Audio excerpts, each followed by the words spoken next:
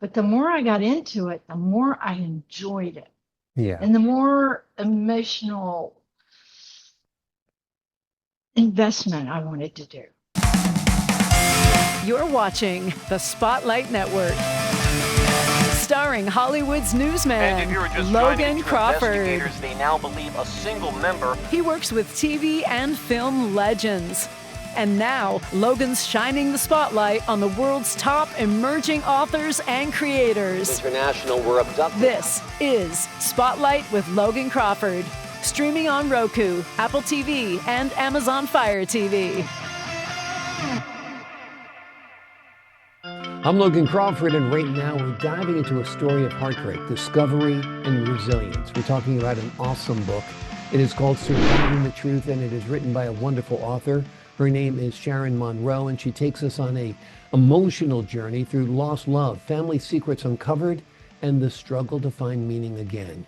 With humor, honesty, and a touch of Pinot Noir, this story reminds readers that even when life shatters our expectations, we can still rebuild, stronger, wiser, and with a glass of courage in hand. We're delighted to have this very talented author join us here today. We thank the team at Bookside Press for helping us put her on TV today. And we ask viewers like you to support authors like her by subscribing to our channel and by purchasing her amazing book. The links are below this interview. Sharon, thank you so much for joining me here today. It's my pleasure, Logan. It's a pleasure to have you on the show. This is such a great book. How much of Laura's journey is inspired by either your own life experiences or those of people you know? Not much. Not much. All up here, all imagined? Yeah, all imagined. There Sounds are a good. few little tidbits here and there, but mostly it's all imagined. None of this has happened to me. Okay, good. Well, that's a good thing, in Mhm. part, for sure. Yep. Yeah. Oh, Yeah, I think so. Yeah. absolutely. The novel begins with a woman in her 50s. Why was it important to tell a story from that stage in life? That's how old I was when I started writing the book. Mm, It was easier for me to relate to myself. exactly. You That's know what a woman at that age is thinking, doing, going through. So, yeah, it makes it very relatable. Talk to us about crafting the book and creating that emotional balance between grief, humor, and hope. Drafting the book.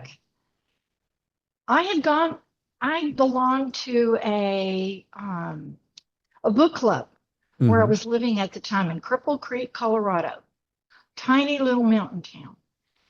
And one night we went to our book club, and the author was there, Mm. and he answered all the questions, and I went home and went, I can do that. So so that's where I started. I Great. started very, very simply, but the more I got into it, the more I enjoyed it, Yeah. and the more emotional investment I wanted to do. Hmm. I think a lot of great careers begin with the I can do that moment when you see somebody doing something that you'd love to do and you realize, hey, I could do that too. And you can, and you did, and you have. And I think that's wonderful. Now, the book explores the idea of rediscovering oneself after tragedy. What does survival mean to Laura? Exactly that. And now that is where I relate to myself. Hmm. Uh, you have no idea what's inside you until you are faced with tragedy and trauma. Yeah, And I was. yeah. Uh, so I did write from the heart on that. But at the time, I had not faced the tragedy that I would later. I Mm. lost my husband, Oh. but it was after I wrote the book. Mm. And so some of it was like prophecy. Yeah, yeah. That's amazing. That's amazing. Um, Family secrets play a major role in the story. How do these hidden truths shape our lives, our sense of identities, and of course, your story as well? We all think we know who we are and how we're going to react to different situations. But until you've gone through this fire, you really don't know how resilient you are. Mm.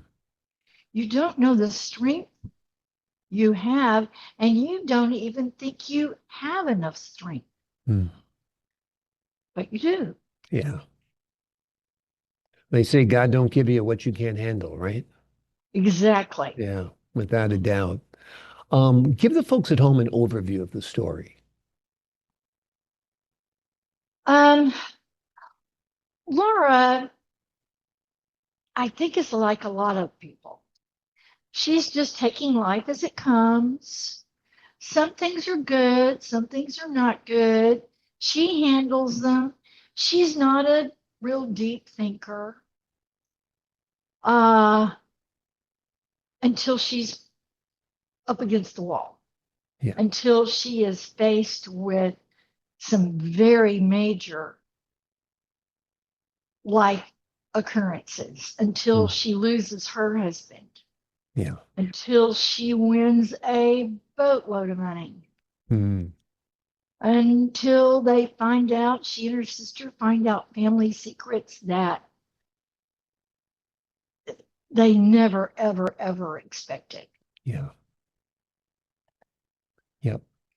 And her sister Susan is such a wonderful, memorable character. Do you have a sister? Did you model after your sister, or again, is that pure I I imagination? have a I have a sister, a younger sister. She and I are cruise buddies.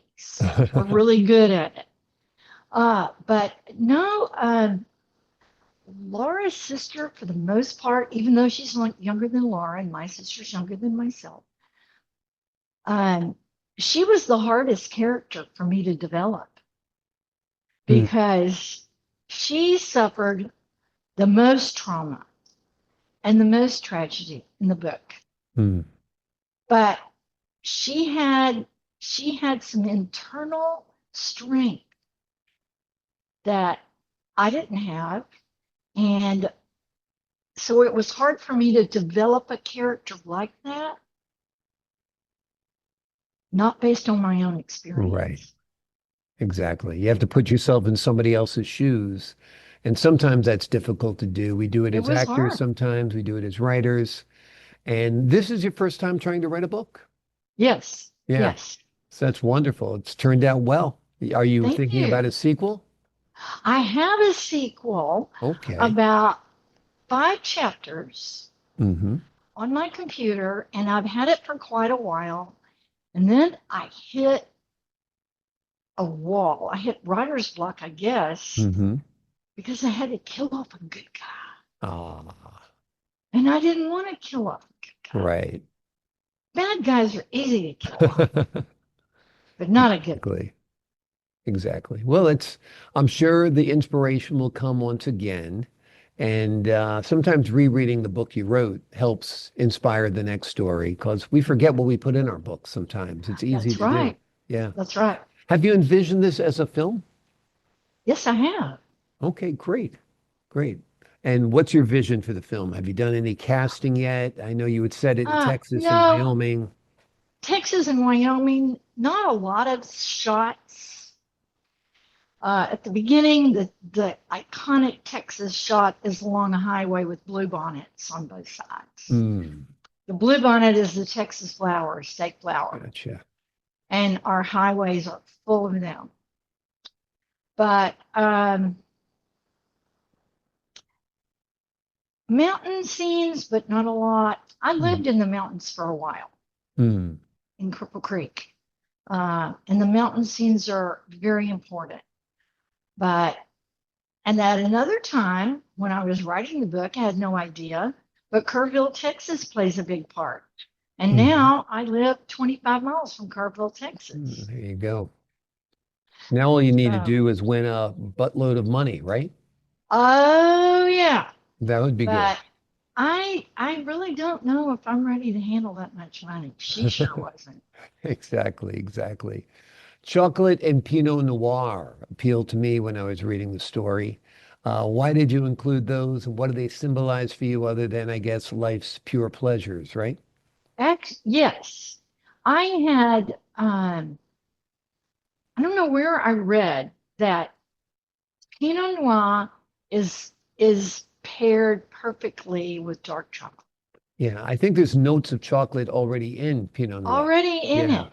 yeah. And so what I am planning on doing when I go to book signings is if I sell a book, I'm going to have a little gift bag Okay, with a little pony bottle of Pinot Noir nice. and 2 Hershey's Kisses. Perfect. That's great. I thought you were going to say every time you sell a book, you were going to have a glass of wine and a piece of chocolate. I was going to say Oh, you might be very trashed by the end of the book oh no. signing. Oh no, I'm a cheap date as far as that's concerned. Exactly, It's not going exactly. to take a lot, but But I I would love the love to idea give for your away. gift baskets. That's wonderful. That's Mhm. wonderful. What do you hope readers learn about resilience through Laura's experience? I'm hoping that they will recognize that they're already resilient, Mm, that they may have doubts, but there is something deep inside of all of us. mm, And God has a lot to do with that. yeah, And you can call on God, and He will be right next to you, and He will carry you through whatever you need to go through. yeah, exactly. Exactly. I always love the story about a man who looks down at his life walking along the beach and he sees two footprints of sand where God is walking beside him. And at times, during the most difficult times, there's only one footsteps. There's only one pair of footsteps. And he says, "Why did you leave me then, God?" And he said, "No, that's when I carried you." And I think that's very, very true. I love that story. Surviving the Truth. Tell us about the title. Actually, my younger daughter Hmm. suggested it. I was pretty close to finished, but I could not think of a title.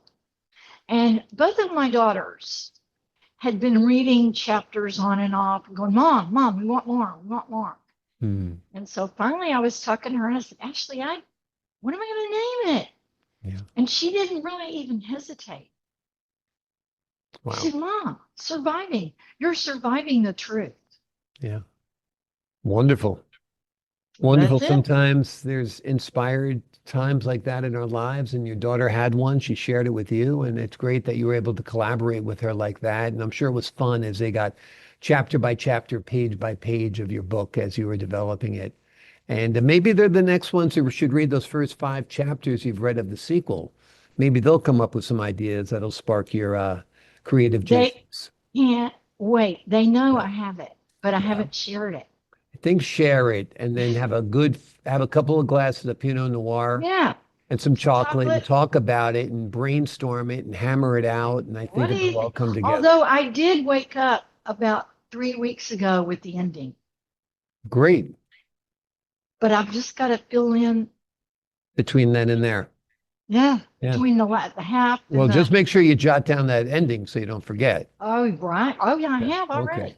Okay, Oh, good. All right. Excellent. Excellent. Wonderful. Before we leave you today, let me just ask you this. What do you hope readers take away from the book? What do you hope sticks with them after they close that last page? well, if she could do it, if Sharon Monroe can do it, I can do it. Yeah. And if Laura could overcome those tragic moments that seemed overwhelming, so can the reader. Yeah. Absolutely. That's a great message, an empowering message. It's an empowering book. It's a wonderful story. It's so real, so imaginative, so compelling. You'll be dying for the sequel, just like Sharon's daughters, no doubt. The name of the book we've been talking about today is called Surviving the Truth. It is a heartfelt reminder that even in life's darkest chapters, self-discovery and healing can emerge from the most unexpected places. Sharon, thank you so much for joining me here today. It was my pleasure. Thank you. I appreciate your time, your insight, your wisdom, and the wonderful work you've done on this book. To the folks at home, I'm Logan Crawford, thanking you for your time, this time. Until next time.